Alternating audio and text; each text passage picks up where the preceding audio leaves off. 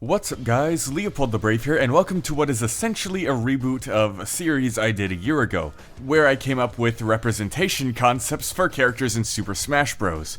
Not necessarily full moveset videos, just come up with the ideas for their specials, and other ways they could be represented, like in their skins, stages, etc. With more DLC fighters being announced for the game, I figured this would be a good time to bring the series back. I'm going to be remaking some I did a year ago, but also I'm going to be doing some new ones. So let's get started with a remake of my very first one, Crash Bandicoot. You know him, he's an icon of the PlayStation. I've been requesting him for a super long time, and he deserves more than anyone else right now to make it into Smash. Now it's time to see how it could be done. His special moves are nearly identical to what I originally had them, but I did make a few tweaks here and there, and his down special is actually completely replaced. Crash's neutral special is the Wumpa Fruit Bazooka. In my original plan, it was pretty useless, only being able to fire if you hold down the button, tilt, and aim it. It would just take way too long. But with a few tweaks based on inspiration from Banjo-Kazooie's neutral special, you can now just tap the button for a quick unaimed shot, or have the option to hold down the button so you can aim properly. His side special I kept exactly the same. It's a crate throw based on the Crate Crush minigame from Crash Bash. Pressing the button will allow Crash to hurl a crate at his opponents. It comes in 3 types in a set rotation, similar to how Olimar picks his Pikmin in a set rotation. The first type is a stone crate, which is a pretty standard projectile and doesn't have any special effects. The second type is a TNT crate.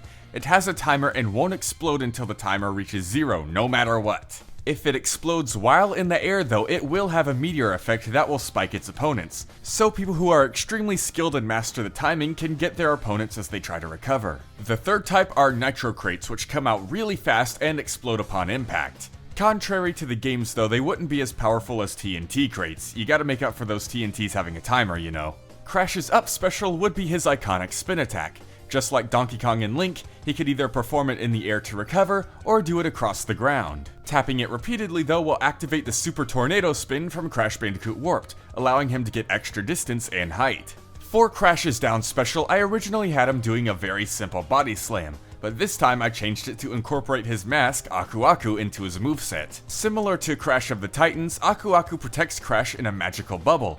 This bubble will reflect projectiles and can take a few physical attacks. However, if it takes too many physical attacks, it will become too damaged to use for quite some time. Originally for Crash's Final Smash, I had him summoning a Titan from Crash of the Titans, but with Crash Team Racing being more relevant now, I think that could work as his Final Smash instead. It would also be more fitting with how cinematic Final Smashes are now. His cart would quickly appear, he'd hop inside and dash across the screen, whoever he hits being taken into a cinematic where they are run over by more cars, and then finished off by Crash bombarding them with a triple missile attack. And as usual, if the Final Smash was able to bring you to 100%, you'd be toast. And thanks again to Crash Team Racing, skins are also much easier to figure out. Before I just had random colors, with Coco being an alternate skin of course. Now, Crash and Coco are still alternate skins, but they have more colors based on their Crash Team Racing stuff.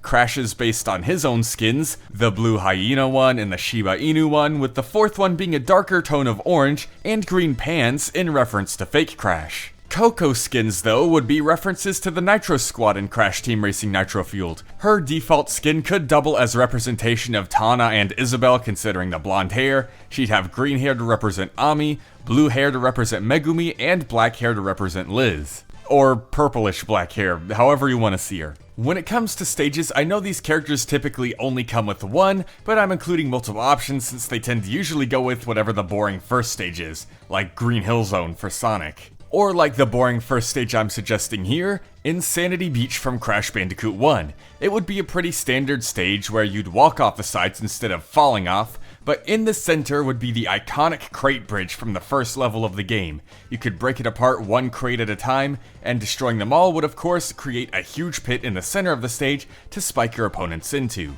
The second stage is Ant Agony from Crash Twinsanity, a more mechanical themed stage. We need more of those. It'd have bomb orbs you could play volleyball with for your opponents until it explodes. It has platforms that could disappear and reappear to a rhythm, and it could even have some of the enemies from the level show up from time to time. Not to mention it'd be a great excuse to add more music from Crash Twinsanity. Now in the original series, I had these last spots taken up by item and assist trophy ideas.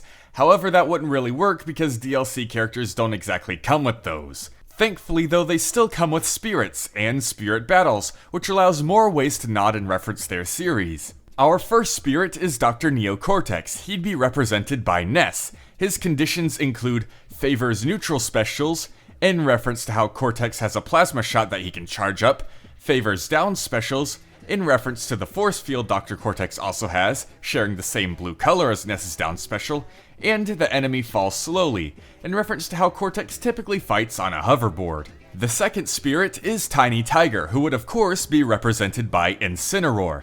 His conditions include the enemy favors up specials, in reference to how Tiny Tiger attacks by slamming up and down on his opponents, and the second condition being, he's giant, because of course, Tiny is ironically huge. That's the joke in his name.